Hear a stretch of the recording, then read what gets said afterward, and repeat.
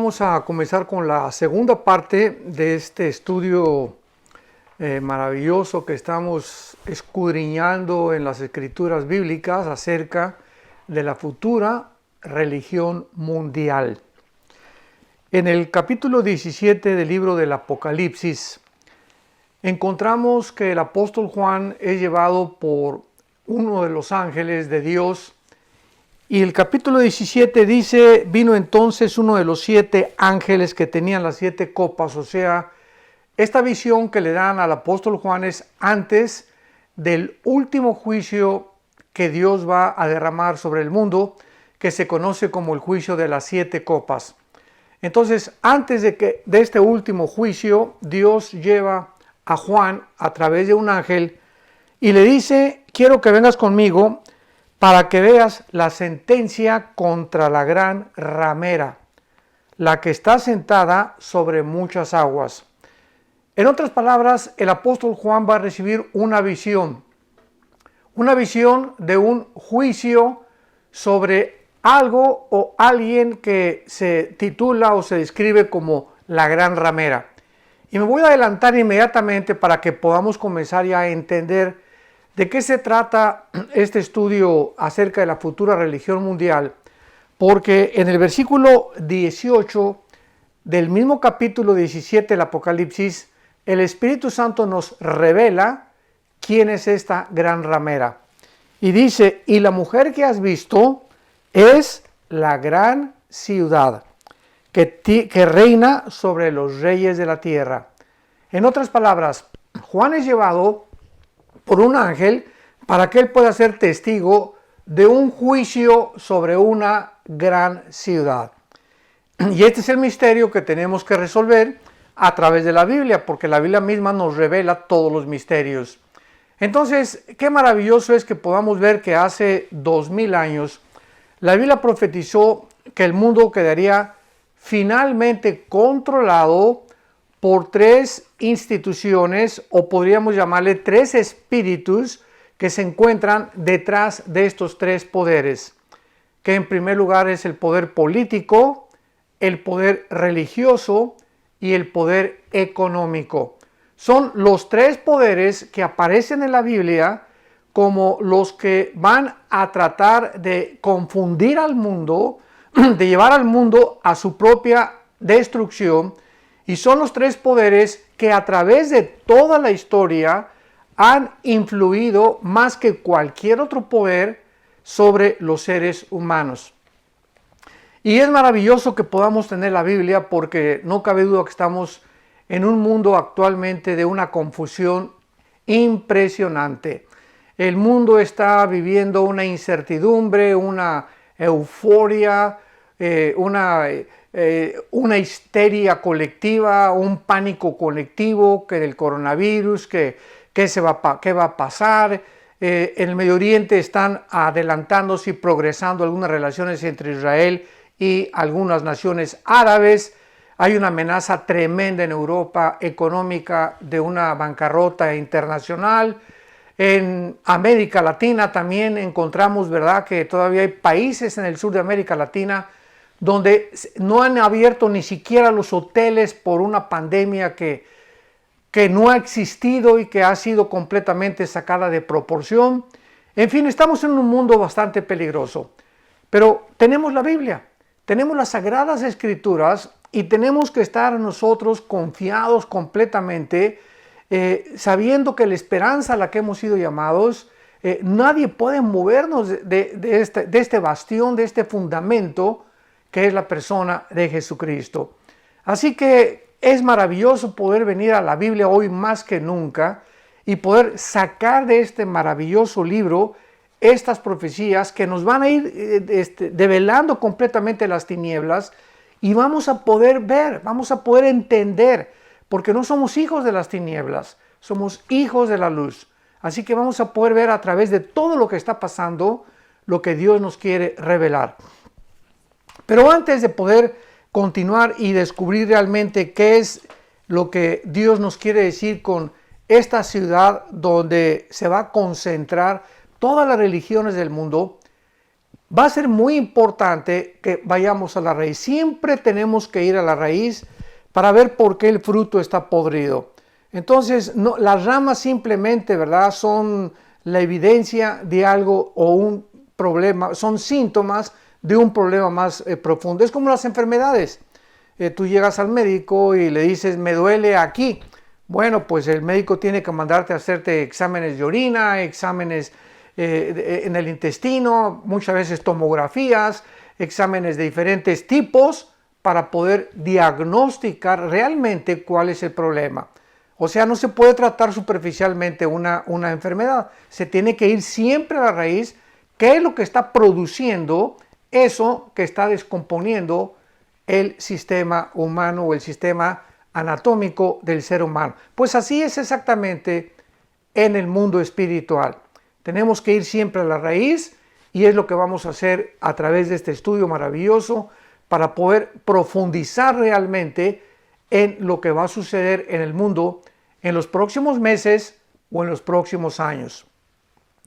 Dice la Biblia que en primer lugar tenemos que entender que todo esto comenzó en un evento que en el libro del Génesis capítulo 11 se conoce como la famosa historia de Babel. Dice la Biblia en el capítulo 11 del Génesis que entonces en aquel tiempo toda la tierra tenía una sola lengua y unas mismas palabras. Y estamos hablando después de un juicio tremendo que mandó Dios, que se conoce como el diluvio universal, que se encuentra en el capítulo 7, 8 y 9 del libro del Génesis. Y aquí inmediatamente después de que Dios ordenó que después del diluvio la civilización creciera y comenzara a poblar todo el mundo, que fue la orden inicial también a Adán y Eva, vayan a poblar el mundo entero, fructifíquense y tengan hijos y quiero que vayan a todas las partes del mundo y no se queden concentrados en un solo lugar. Nunca ha sido esta la intención de Dios. Él, aun cuando Jesucristo resucitó, la orden fue en Mateo 28, 19 y 20, vayan al mundo. No se queden en las iglesias, vayan, salgan, hablen, tengan reuniones de evangelismo, prediquen el evangelio, vayan. Y esta palabra tiene la connotación de salir fuera, ir fuera de nuestras casas, en tu trabajo, en tu escuela, vayan, hablen del evangelio de la gracia de Dios y hagan discípulos. Entonces vemos que Dios da esa orden y ¿qué es lo que hace el mundo después del diluvio? Se unen todos en Babel. Y la palabra Babel significa confusión, confusión. Babilonia y eso tiene otra connotación, pero viene de la palabra Babel, pero Babel significa confusión. Entonces se reunieron todos los seres humanos en un lugar que se llama Babel y que se encuentra actualmente como Babilonia en la nación de Irak. Esto va a ser muy importante de mantenerlo en nuestra mente. Todo esto se lleva a cabo en la nación de Irak del siglo XX. Tenía entonces la tierra una sola lengua y unas mismas palabras, y aconteció que cuando salieron de oriente, hallaron una llanura en la tierra de Sinar y se establecieron allí. Es interesante y es muy importante cuando el Espíritu Santo nos revela áreas geográficas, entender por qué, porque nada tiene ni nada es por coincidencia. Todo tiene una razón de ser en todas las cosas que Dios nos dice en las Escrituras. Se asentaron en la tierra de Sinar. La tierra de Sinar es la tierra de Babilonia, la tierra de los caldeos o donde se encuentra actualmente, repito, la nación de Irak. Así que siempre que ustedes vean en la Biblia, en el Antiguo Testamento, la tierra de los caldeos, la tierra de Sinar, se refiere a la misma área geográfica, Irak del siglo XX. Entonces, ahí se establecieron y se dijeron unos a otros, vamos, hagamos ladrillo y cozámoslo con fuego, y les sirvió el ladrillo en lugar de piedra y el asfalto en lugar de mezcla, y dijeron, vamos, pongamos atención en lo que existía en los corazones de esta multitud que por primera vez se reúnen ahí en Babel. Edifiquémonos una ciudad. O sea, inmediatamente ellos estaban en contra de los mandamientos de Dios. Dios dijo, vayan a poblar el mundo, pero este grupo de personas dijeron, no vamos a ir a ningún lado. No vamos a hacerle caso a Dios, vamos a concentrarnos y vamos a hacer una gran ciudad. Inmediatamente la idea era hacerse un nombre, concentrarse en un solo lugar para hacerse famosos y concentrar un gobierno y, como lo vamos a ver, una sola religión también. Esto es muy interesante. Edifiquémonos una ciudad y una torre cuya cúspide llegue al cielo. Nos podemos imaginar qué idea más irracional, ¿verdad? Y absurda. Qué disparate, ¿cómo que llegar al cielo? Bueno, esa era la forma en la que ellos creían, como lo vamos a ir desarrollando, que podían acercarse a los dioses y a las religiones o a la religión que ellos iban a inventar para llegar al cielo.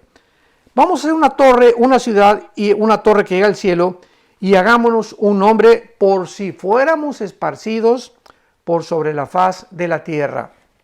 Aquí pues encontramos el primer intento en la Biblia de una rebelión masiva mundial en contra de Dios, cuyo objetivo es hacerse un nombre, concentrar todo en una ciudad y al mismo tiempo comenzar a escalar hacia el cielo.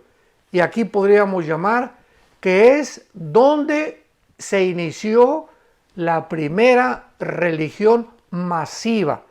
Porque claro que el origen de las religiones comenzó desde Caín. Que cuando Caín se acercó a Dios con el fruto de su esfuerzo, el fruto de la tierra, y Abel trae un sacrificio, ¿verdad? Porque Dios había enseñado a Adán y Eva que nadie se podía acercar a Dios sin un sacrificio. Caín viene y hace lo contrario a lo que sus padres Adán y Eva le enseñaron y le trae a Dios el fruto del sudor de su frente, de sus propios esfuerzos. Que finalmente vamos a ver qué es lo que es una religión. Todas las religiones son el esfuerzo humano de acercarse a Dios mediante nuestros propios esfuerzos, mediante mis sacrificios y mis buenas obras. Y ese no es el camino que la Biblia nos enseña para acercarnos a Dios. Si Dios es Dios y Dios existe y somos criaturas creadas a su imagen y semejanza, es lógico que Él tenga que poner claramente y establecer las reglas del juego. Nosotros no inventamos el fútbol, ¿verdad? Alguien inventó el fútbol y hay un árbitro. Y el árbitro trae en su mano el reglamento. Y los jugadores no van a hacer lo que les da la gana. Porque pueden acercarse demasiado al área, todos juntos, y se marca un offside. O puede marcar el árbitro un penal cuando hay una jugada brusca contra otro jugador, en fin. Todos los juegos, el béisbol, el básquetbol, el que tú me quieras mencionar, el tenis, tienen reglas. Y para eso hay árbitros, para que nadie haga lo que le dé la gana y para que no haya anarquía en el campo o en el lugar donde se desarrolla tal juego. Pues así es la vida, también el juego de la vida. Somos jugadores y nosotros no hicimos las reglas, las hizo nuestro Creador. Y Él es el que pone las reglas y Él es el que cobra los penales y Él tiene el derecho a cobrar y a silbar el silbato para que podamos entender que cuando Dios nos silba el silbato y cuando Dios lo toca, nos está diciendo penal, o sea, has cometido pecado, eso no está permitido en el juego de la vida y tiene que haber una sanción. Entonces, todas las cosas en la vida se mueven de esta manera. No nos sorprendamos, Dios es Dios y Él pone las reglas. Muy bien, ahora veamos a continuación y vamos a después profundizar un poco más con la Torre de Babel, que entonces el ser humano siempre ha tratado de concentrar todo, que es precisamente a donde estamos en el siglo 21 en el año 2020. Ahorita estamos en el mes de septiembre del 2020. Estoy compartiendo este estudio en septiembre del 2020 desde la casa de ustedes. Y nos encontramos en un mundo donde todas las naciones están tratando de unirse bajo una agenda global. Una cosa es el globalismo y otra cosa es la agenda global. El globalismo es cuando a lo que hemos llegado todos actualmente, porque ahorita hay una interconexión a través de la tecnología y el internet, o sea, nos hemos comunicado unos con otros, todos estamos ya completamente compenetrados. Una nación no podía actuar independiente de su vecino porque afecta al vecino, etcétera, etcétera. Estamos en un globalismo tremendo. Pero la agenda global, de lo cual vamos a hablar mucho después, es un propósito de un grupo de agencias no gubernamentales que están tratando de quitarle a las naciones su soberanía, su Estado-nación. Entonces, no están de acuerdo en que los gobiernos dicten los protocolos, sino que ahora un grupo de empresarios, podríamos llamarle así, o de multimillonarios que controlan absolutamente todos los medios de comunicación. Escuchemos muy bien. Actualmente en el siglo XX, seis empresas controlan todos los medios de comunicación del mundo entero. Radio, televisión, YouTube, Google, lo que tú me quieras mencionar. Y ellos, al controlar los medios de comunicación, dictan los protocolos y le dicen a los gobiernos lo que los gobiernos necesitan hacer o deben hacer. Entonces ya no son los gobiernos los que dicen, bueno, no salgas de tu casa, o ponte un cubrebocas, o haz esto, o haz aquello. No son los gobiernos simplemente están recibiendo las órdenes de alguien más arriba. ¿No te has preguntado tú de quién? Bueno, no es del Papa, ¿verdad? No es de un rey soberano en todo el mundo, porque todavía no llegamos al tiempo del anticristo, que es a donde se dirige el mundo, sino que están proviniendo todas las órdenes y estos protocolos de una organización que se llama la Organización Mundial de la Salud, junto con las Naciones Unidas, y detrás de estas organizaciones no gubernamentales se encuentran no los gobiernos, repito, los gobiernos reciben las órdenes de lo que dice la OMS o la Organización Mundial de la Salud, pero los que se encuentran detrás de ellos es un grupo muy poderoso en el mundo.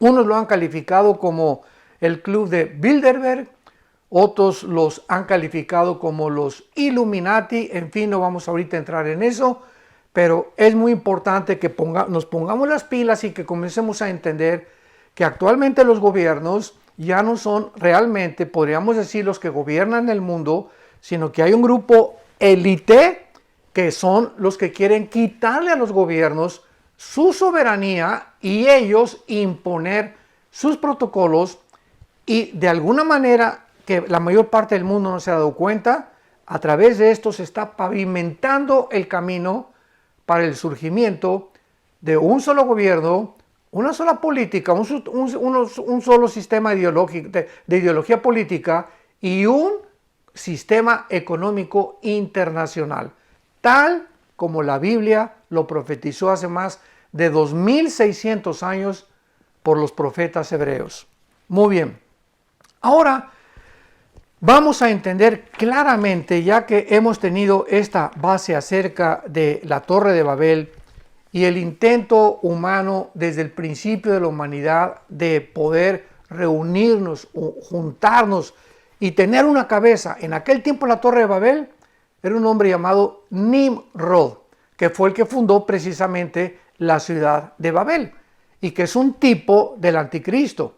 O sea, la Biblia nos pone imágenes en el pasado, sombras, nos pone tipos para que nosotros podamos ver que esto iba a cumplirse en una esencia, en una realidad, siglos después, que es exactamente el tiempo donde actualmente nos encontramos.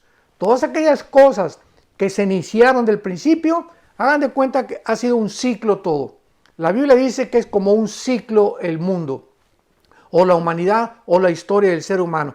Todo tuvo un comienzo en la zona del Medio Oriente, ahí se encontraba el huerto de Adán y Eva, y ha evolucionado el mundo de alguna forma. Hemos llegado al siglo XX, el mundo de la tecnología, del conocimiento, de la bomba atómica, la época cibernética, la gasolina, las televisiones, todo lo que se inventó en el siglo XX, y hemos llegado con toda esa tecnología exactamente al lugar de donde partimos.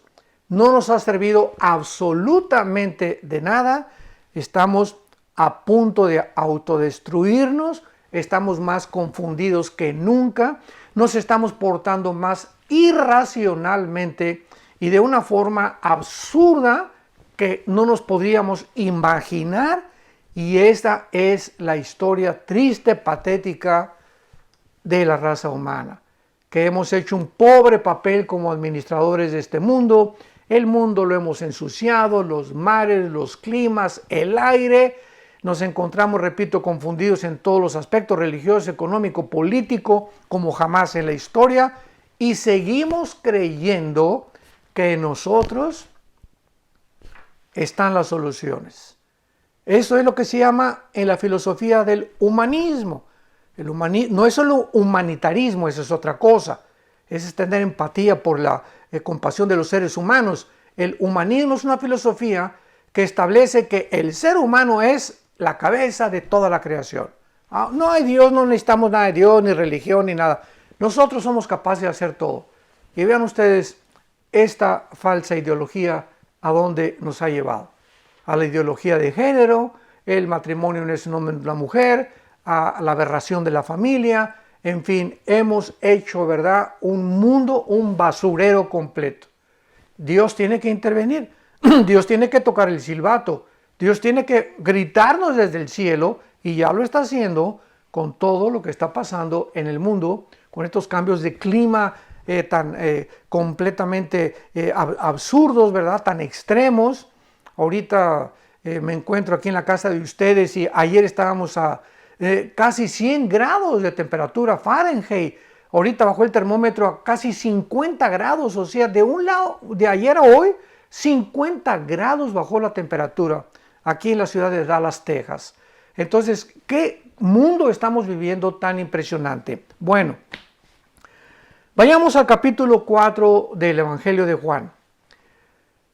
Cristo, cuando baja del mundo hace 2000 años, Él precisamente no solamente baja a volver a conectarnos con su Padre, a que pudiéramos nosotros volver otra vez a enchufarnos a la fuente de la energía del universo, que es Dios, de donde proviene verdaderamente nuestra energía espiritual, porque solamente puede venir de ahí, no de tomar baños de sol, ni de tampoco ir a las pirámides de Teotihuacán, ni en el ocultismo. La energía verdadera que va a restaurar a la humanidad solamente puede venir de nuestro Creador. Y Dios escogió a su Hijo Jesucristo para que Él bajara del cielo y Él pudiera llevarnos a través de su muerte en la cruz. O sea, aquí está la cruz y aquí estamos nosotros. Y en medio de nosotros están las leyes de Dios. Y las leyes de Dios dice, el alma que pecare, esa morirá. Entonces vamos a ver ahorita con el Evangelio de Juan y la mujer samaritana cómo Cristo explica claramente lo que es una religión. Y vemos que una religión es algo que estamos tratando nosotros de hacer por brincarnos el reglamento de Dios mediante nuestros propios esfuerzos. Queremos llegar a la cruz, que implica la salvación, mediante nuestros propios esfuerzos. Y esta barrera que está entre tú y entre Dios, que se llama el pecado, nadie ni una religión lo puede quitar de en medio, más que la sangre preciosa de Jesucristo. Y cuando alguien trata de poder acercarse a Dios brincándose el sacrificio de Cristo, es cuando llamamos, es una persona religiosa, porque está intentando por sus buenas obras, inventando, pues yo voy a cumplir con mi religión, o voy a hacer sacrificios, o voy a dar limosnas para que Dios me pueda aceptar. Y lo vamos a entender claramente. Entonces Cristo baja al mundo para quitar esa barrera que nos separaba de Dios y mediante su sangre unirnos. Podemos llegar hasta la cruz por el camino que Cristo abrió con su sangre. Esto es lo que él quiso decir en Juan 14:6. Yo soy el camino. No hay manera de venir a mi Padre, dijo Jesucristo, más que a través de mí. Cualquier otro camino que el hombre trate de usar para poder llegar a Dios es un camino que parece derecho, pero es un camino de muerte. Muy bien. En Juan capítulo 4, Cristo tenía una cita. Esto es importante. Cuando Jesús vino al mundo, Él traía un programa, traía un calendario de todos los días lo que Él tenía que hacer. O sea, Jesús no vino independientemente de su Padre, precisamente para mostrarnos en su humanidad la importancia de nuestra dependencia diaria de Dios. Y como humano Jesús, eso fue lo que nos quiso enseñar. Él no vino a hacer su voluntad. Él lo dijo una y otra vez. Yo no vengo a hacer mi voluntad. No vengo a usar mis poderes independientemente de mi Padre. Vengo a hacer 100% lo que mi Padre me diga. Entonces, aquí en este capítulo 4 de Juan, dice la Biblia en el versículo 3, Evangelio de Juan capítulo 4, versículo 3, que Jesús salió de Judea y se fue otra vez a Galilea, que es el norte de Israel. Allá en el norte, casi en frontera con Siria, es lo que se conoce como la región de Galilea. Y dice la Biblia, y le era necesario, vean ustedes lo que dice, era necesario pasar por Samaria. O sea, ¿por qué dice el Espíritu Santo que era necesario? Porque estaba en su agenda. Ya estaba programado Jesús que ese día era una responsabilidad de él que tenía que ir a Samaria. Y Samaria es la parte en medio de Jerusalén. Entonces, en su camino a Galilea tenía que pasar por Samaria. Así lo había programado su Padre. ¿Y por qué era tan importante que Jesucristo pasara por Samaria y se detuviera en Samaria, como lo vamos a ver con una mujer que estaba sacando agua de un pozo? Simplemente porque los samaritanos no se consideraban realmente judíos 100%, y los judíos no querían tener nada con los samaritanos de amistad, porque cuando vino la cautividad babilónica, muchos judíos se mezclaron con otras naciones. Entonces, los judíos no los consideraban 100% puros de pedigrí, o sea, de pura sangre. Entonces, cuando los judíos querían ir a Galilea, le daban la vuelta a Samaria, pero no querían pasar por Samaria. Repito, por el racismo. Ahí está el racismo que había ya, étnico, entre un grupo y otro grupo. Cuando de alguna forma pues tenían sangre judía, pero habían mezclado con otras naciones. Entonces Cristo a eso vino precisamente, ¿verdad? A romper todas las barreras del racismo y a mostrarnos de que no hay negros, ni morenos, ni blancos, etcétera, etcétera. Todos somos seres humanos creados a la imagen y semejanza de Dios, y el color de nuestra piel no implica que seamos de otra raza. Todos somos raza humana, amarillos, blancos, negros, cafés, etcétera, etcétera. Entonces, esta fue una de las cosas por las cuales Cristo tenía que pasar por Samaria. Ahora bien, al llegar a Samaria, la cita de Jesús era a las 12 del día. Dice la Biblia que entonces vino a la ciudad de Samaria junto a la heredad que Jacob dio a su hijo José. Y estaba allí el pozo de Jacob. O sea, Jesús llega a un área geográfica donde muchísimos siglos antes, el padre de las 12 tribus de Israel había estado ahí presente en ese lugar por lo cual se le bautizó con el pozo de Jacob. Entonces Jesús, cansado del camino, se sentó ahí junto al pozo y era como la hora sexta. Por eso sabemos que eran las 12 del día. Esto es lo interesante. ¿Por qué Jesús llega, atraviesa Samaria, número 1, número 2, llega puntual? Porque era la hora en la que el Padre le había en su calendario agendado para que también estuviera a esa misma hora. Porque a las 12 del día iba solamente una mujer a recoger el agua, porque era la hora de más calor. Ahora bien, las mujeres normales, las que no eran inmorales, ni prostitutas, ni adúlteras, o sea, las de la High Society o las bien portadas, iban a recoger el agua temprano cuando no había tanto sol. Entonces, esta mujer, la samaritana, era una mujer que lo vamos a ver más adelante, llevaba 5 maridos, o sea, ya se había casado 5 veces. Y además, con la persona con la que estaba viviendo, cuando Jesús la encontró, era su amante.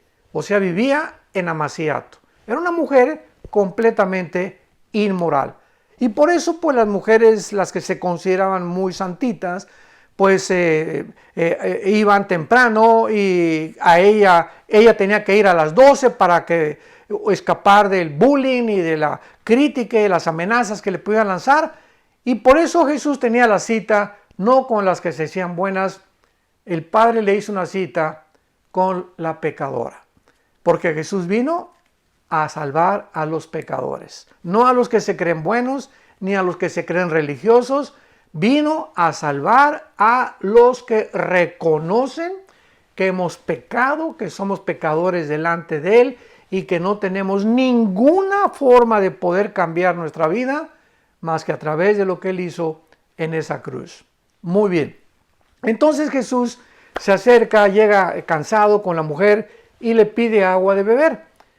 Y entonces Cristo usa el lenguaje del agua para poder introducirse a la vida de esta mujer. Y le dice en el versículo 13, respondió Jesús y le dice, cualquiera que beba de esta agua volverá a tener sed. O sea, esta mujer, ¿qué es lo que estaba representando?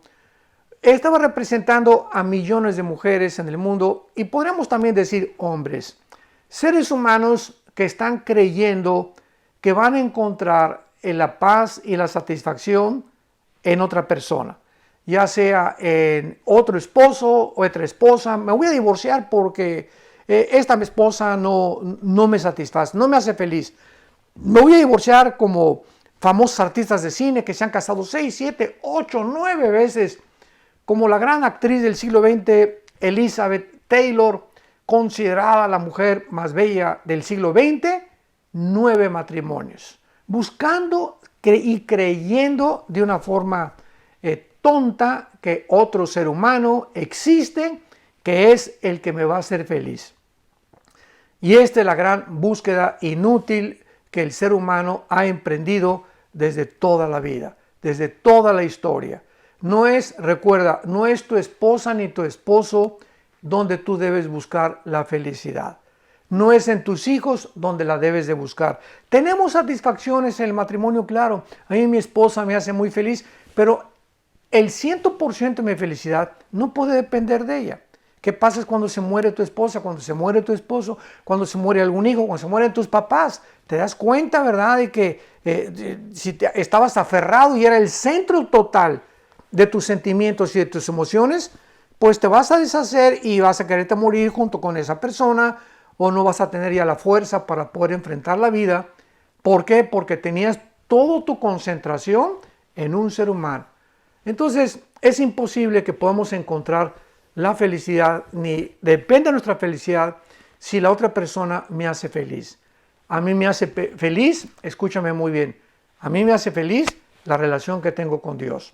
Si la persona que tienes a tu lado no está satisfaciendo tus necesidades, ni tampoco te hace feliz, no tiene por qué hacerte infeliz a ti también. ¿Por qué? Porque entonces tu felicidad depende de la otra persona. Si te hace feliz, eres feliz, y si te hace infeliz, eres infeliz. ¿Te das cuenta? No dependemos de nadie, tenemos que depender directamente del Creador. Podemos estar rodeados de personas que nos quieren hacer infelices, pero si yo estoy conectado a la fuente de energía, entonces nada ni nadie de los que están a mi alrededor me va a lastimar, ni me va a amargar, ni me va a quitar mi paz, ni tampoco mi felicidad, porque yo dependo 100% de mi Creador. Muy bien. Entonces, cuando Cristo le dice a la mujer que le diera de beber y la mujer le da el agua, al decirle Jesús, mujer, dame de beber, pero cualquiera que bebe esa agua volverá a tener sed. O sea, cualquier ser humano que crea que en esta vida va a encontrar la felicidad, no la va a encontrar. Siempre el dinero. Ya lo buscaste, ya lo tienes.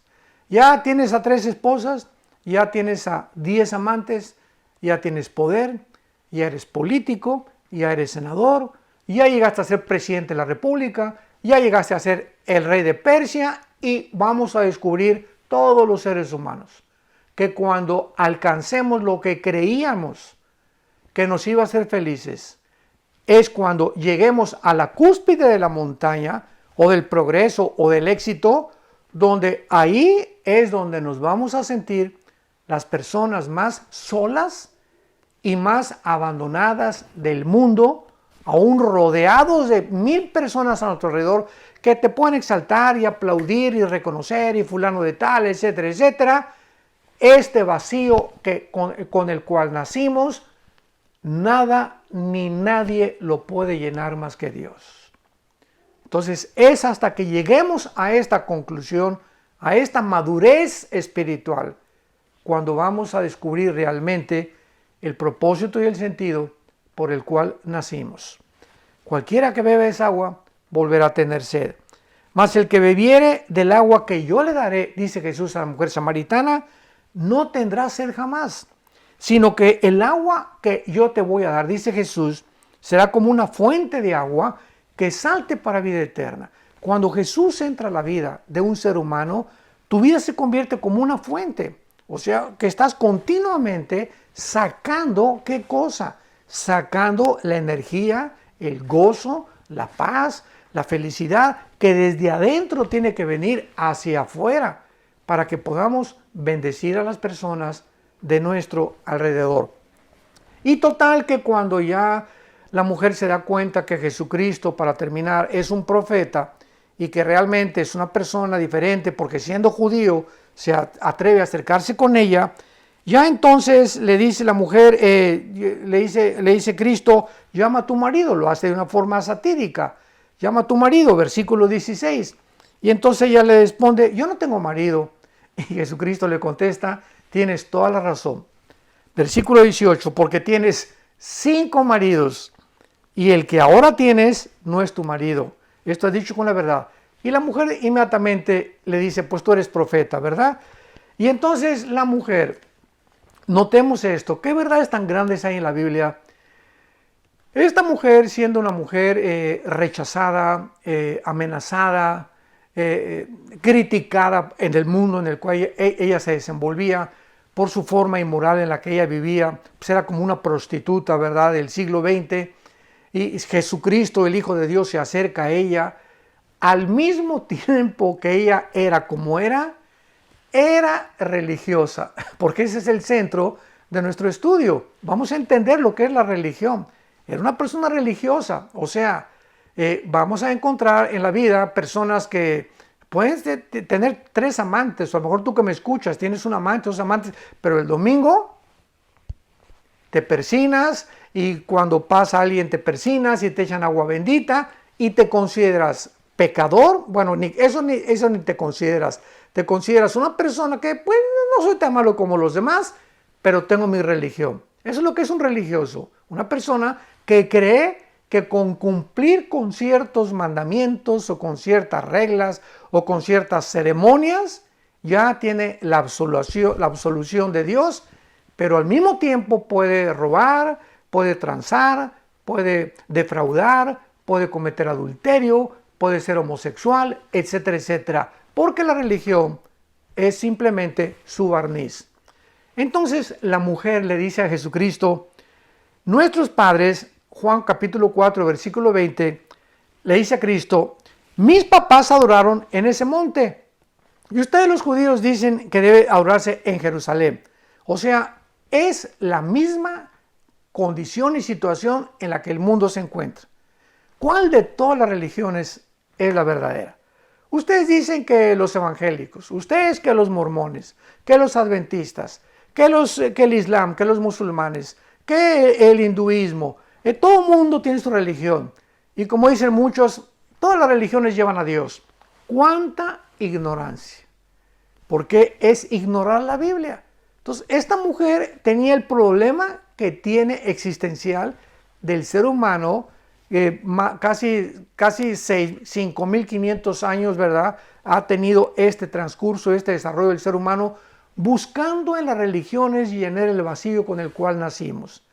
Y entonces Jesucristo, después de que ella le dice, es que ustedes acá y ustedes allá, Jesús le dijo, y esta es la clave, mujer, créeme que la hora viene cuando ni en ese monte, ni en Jerusalén, ni en la iglesia mormona, ni en la iglesia evangélica, ni en la iglesia católica, cualquier persona puede ser protestante o puede ser católico, puede ser musulmano, puede ser hindú, y el hecho que tú tengas una religión no te hace cristiano, ni tampoco puedes creer, adorar al Dios verdadero simplemente porque asistes a tal o cual iglesia.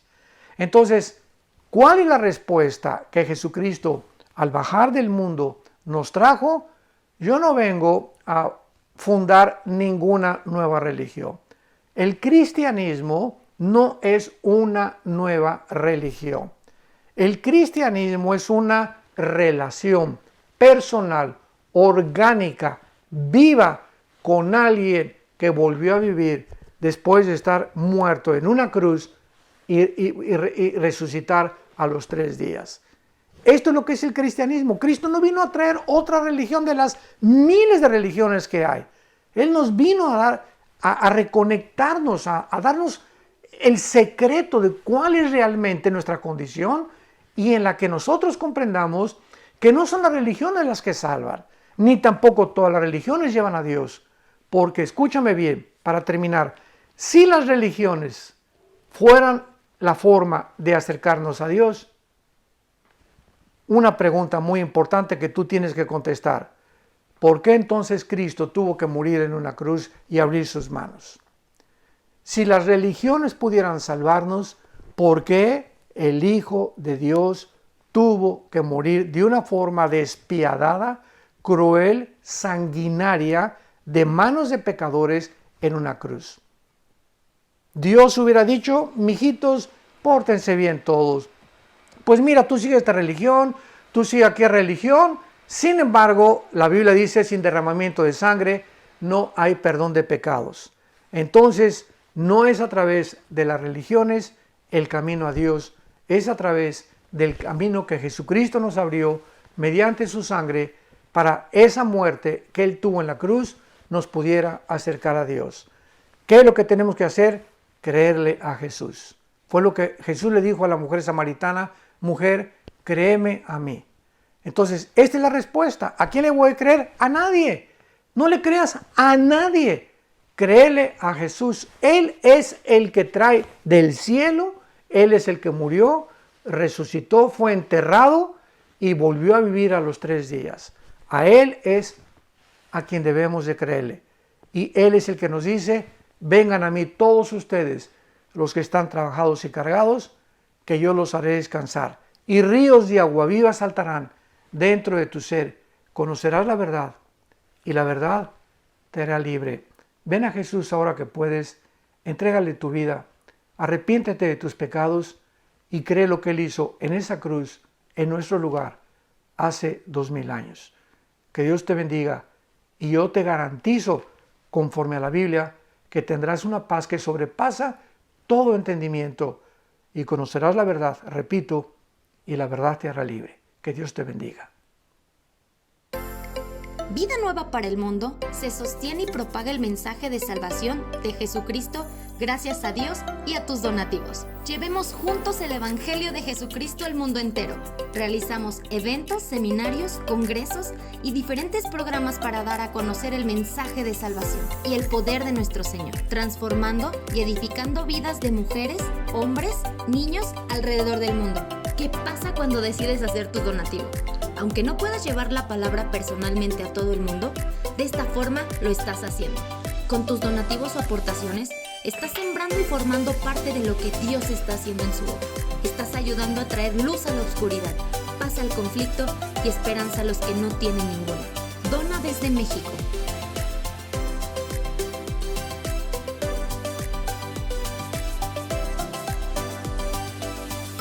Dona desde Estados Unidos.